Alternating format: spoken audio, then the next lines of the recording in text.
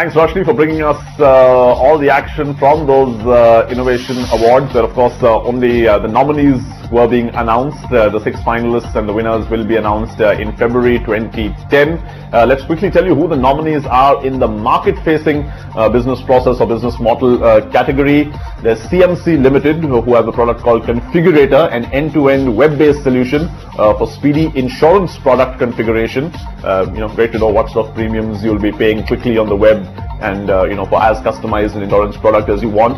There's eCar Software Solutions, which has a product suite for commodities trading, integrating both financial and supply chain risk management. Remember, for commodities trading, it's not just the stock exchange, because it's not just numbers or shares being exchanged. You actually have to transfer the physical commodity to the person at settlement time. So the supply chain matters there. There's Infosys Technologies, who have Shopping Trip 360 as a product that is a comprehensive wireless-based in-store retail solution, something that the retail industry in India would be very interested in. There's Cognizant Technologies, another big software firm who are into workflow and rules-based engine for targeted sales in the life sciences sector, so very sector specific. There's Posidex, and this one is a bit of a tongue twister, an identity resolution solution for the reduplication of databases. That went above many of our heads, but a great technology, I'm sure. And the last one is Comviva, which has a solution called Mobiquity, basically a mobile-based virtual wallet. Now, we found that one really, really interesting to see in action. So we decided to go across and check out Comviva, who, of course, are trying to bring banking to the millions of Indians who don't have access to a bank account, but probably have a mobile phone. Cambodia is a country of 14 million people, yet there are only about 500,000 bank accounts in the entire nation. However, more than 3 million Cambodians own mobile phones.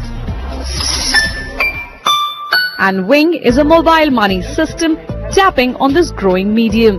It has established first mobile phone payroll service in Cambodia, where employees have the option to be paid directly via their Wing mobile account. This gives workers a low-cost option to transfer money to their family back in the villages, and to employers an alternative to their manually intensive payroll system.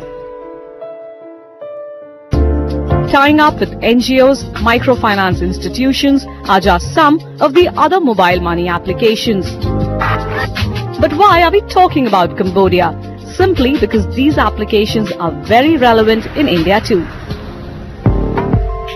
Giving wing to this service is Comviva, the technology provider at the back end. Technology called mobiquity that has 3 major pillars: mobile banking, mobile money and mobile payment. Simply put, mobiquity brings an ATM machine to your mobile phone screens. You open a mobile bank account and banking services like account inquiry, fund transfer, bill payments are all available up your phone screens. Management at Comviva India believes this service will soon take off here as well.